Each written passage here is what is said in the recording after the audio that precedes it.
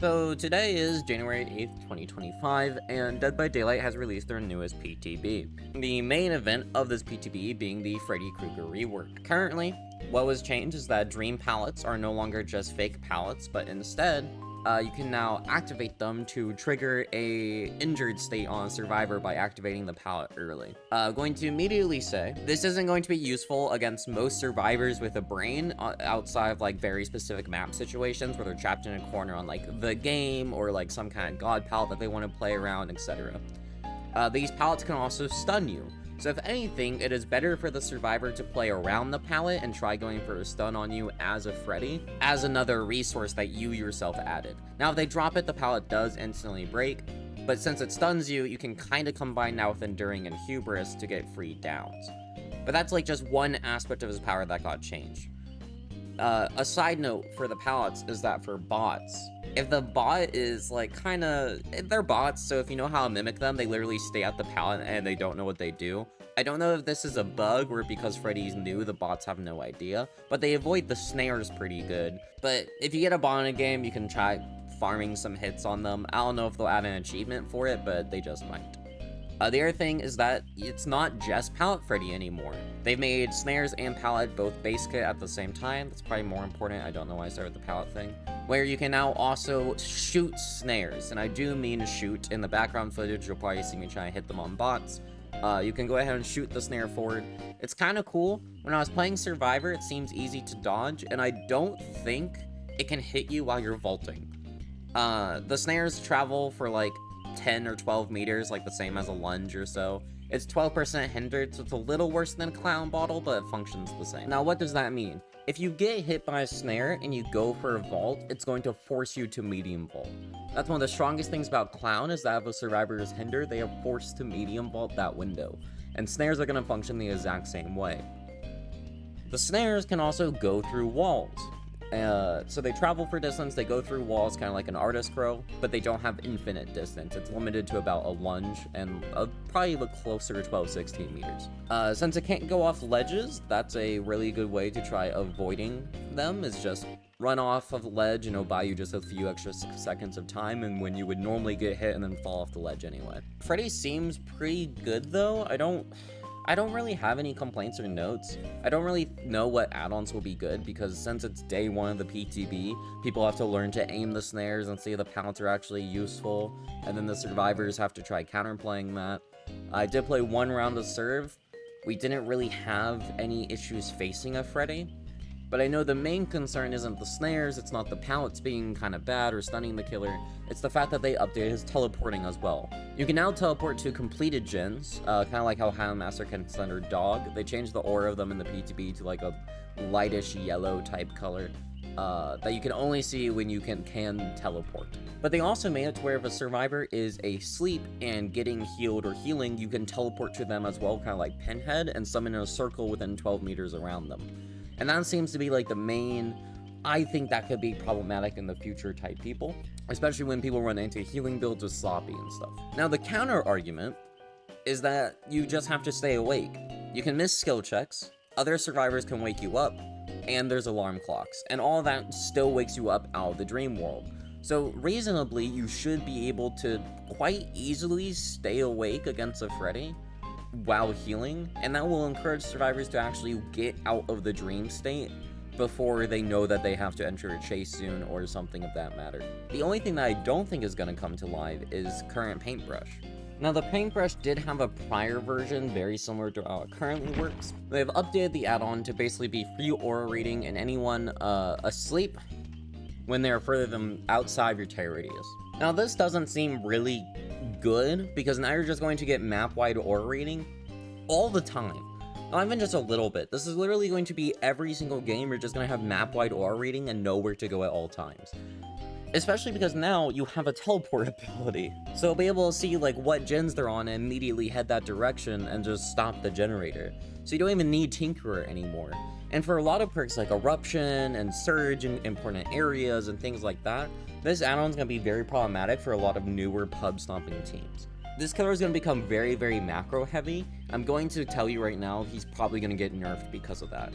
The average macro killer gets nerfed very hard through their existence. Other killers, as an example, off the top of my head, are Pig and Skull Merchant.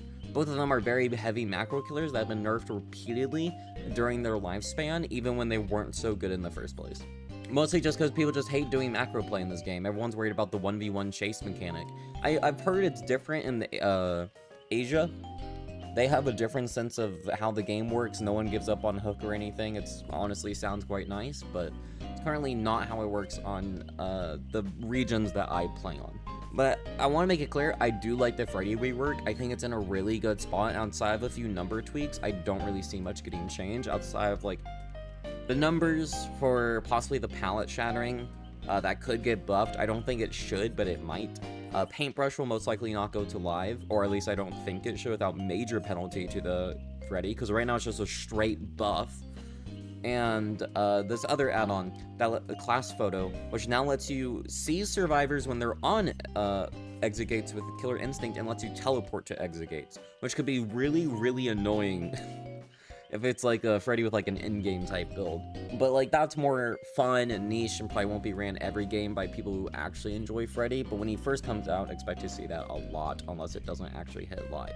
That being said though, if you are playing Survivor and you're facing a Freddy, it's gonna be basically like looping a clown. You'll be able to use the pallets pretty effectively because of how long it takes. It takes 1.5 seconds for them to erupt and injure you, and the radius isn't that big.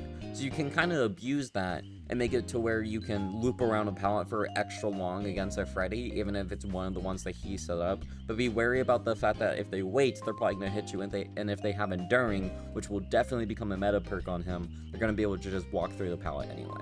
As for the snares, since you can't see them when Freddy sends them out, it's going to be a lot of back and forth guessing mind game, which depending on how you like to play this game is going to be kind of iffy for you. If you don't like facing Unknown, for instance, you're probably not going to enjoy it that much, or if you just don't like facing Clown with his bottles, guessing where he's going to throw them and plotting your pathway and chase accordingly. Which if you're not a fan of that, that's fine, that's all opinionated, but that means you probably won't enjoy Freddy, even though he is a basic M1 killer. Now that being said, this is not the only stuff that got changed. Beast of Prey has also been reworked for some reason.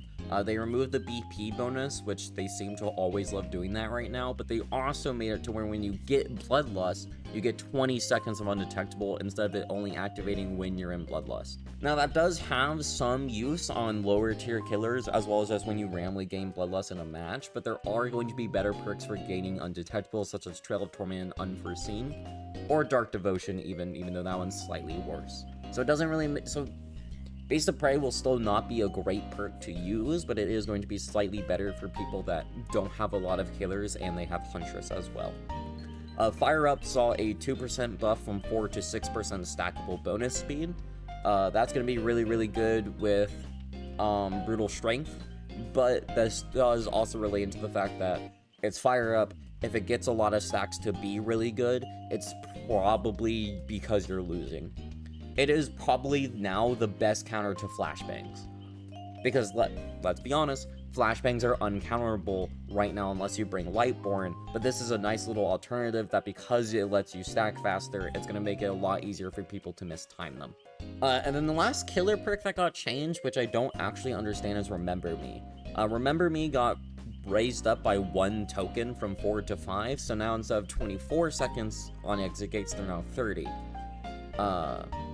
So it would take, at max tokens, 30 extra seconds to block the doors. I don't know why they buffed this perk. 24 seconds was okay. I actually have a video about me playing Nurse against this really good team where Remember Me got me another 2 kills, I think, if I recall. It might have just been 1. But like, it literally got me a 3k that round. So I really don't know why they buffed that. It could just be because it wasn't seeing much use, but most people run it with in-game stuff like No Way Out and NOED, so I can view this being problematic really soon. As for Survivor perks, both of them got buffed pretty okay-ish.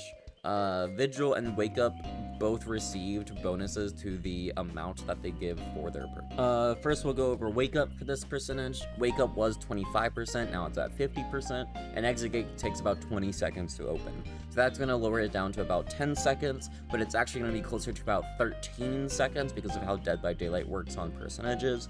It works on a charge system, and unless they rework the entire game, that's not going to change.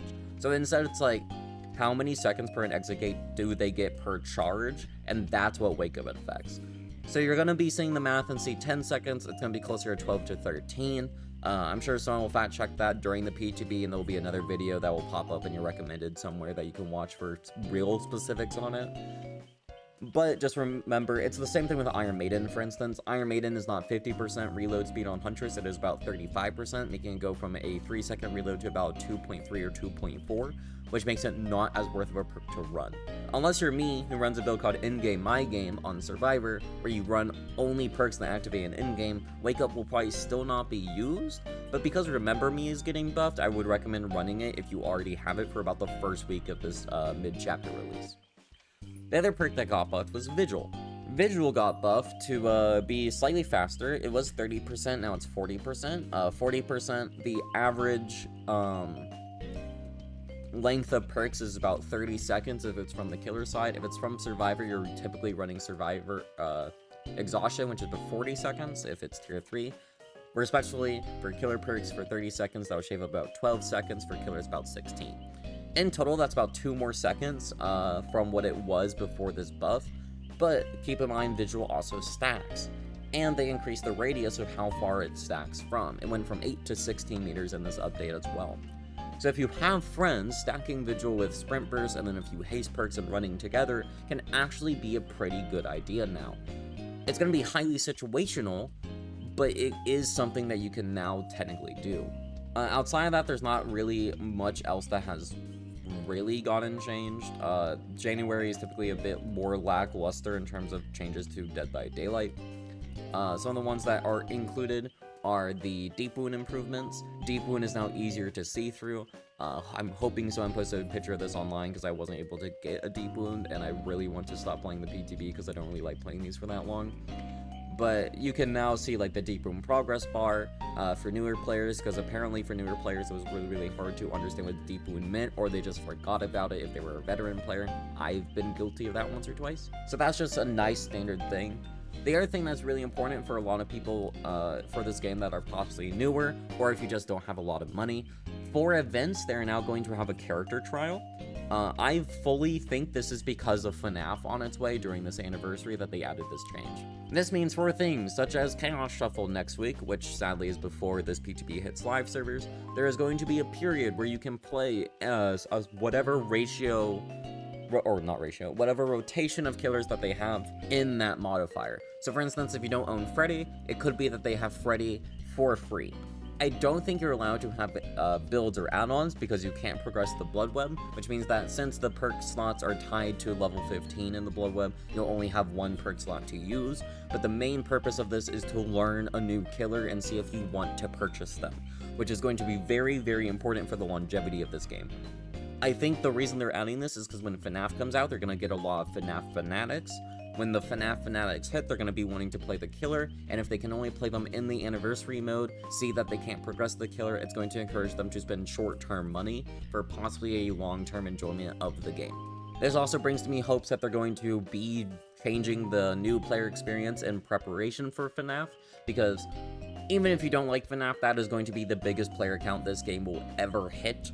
There's not a single other license I can think of that could rival FNAF in terms of popularity, at least in the West. So it's going to be absolutely ginormous. And currently, there's not a lot of visuals for this game on how to counter or how killers work. Skull Merchant, you have to read her bio, so you don't know what a drone looks like, you don't know what a scan line is, you don't know that it takes 3 scan lines to injure you, you don't know that she gets haste when clicking on it. Things like that are all like, if you face that killer, you have no idea what's going on, and it's not easy for you to figure out what's happening through the game itself. Now, of course, there are online guides on YouTube, Twitter, I'm working on a few, for instance, but all of that should be available in-game, and more in-depth stuff should be available from content creators.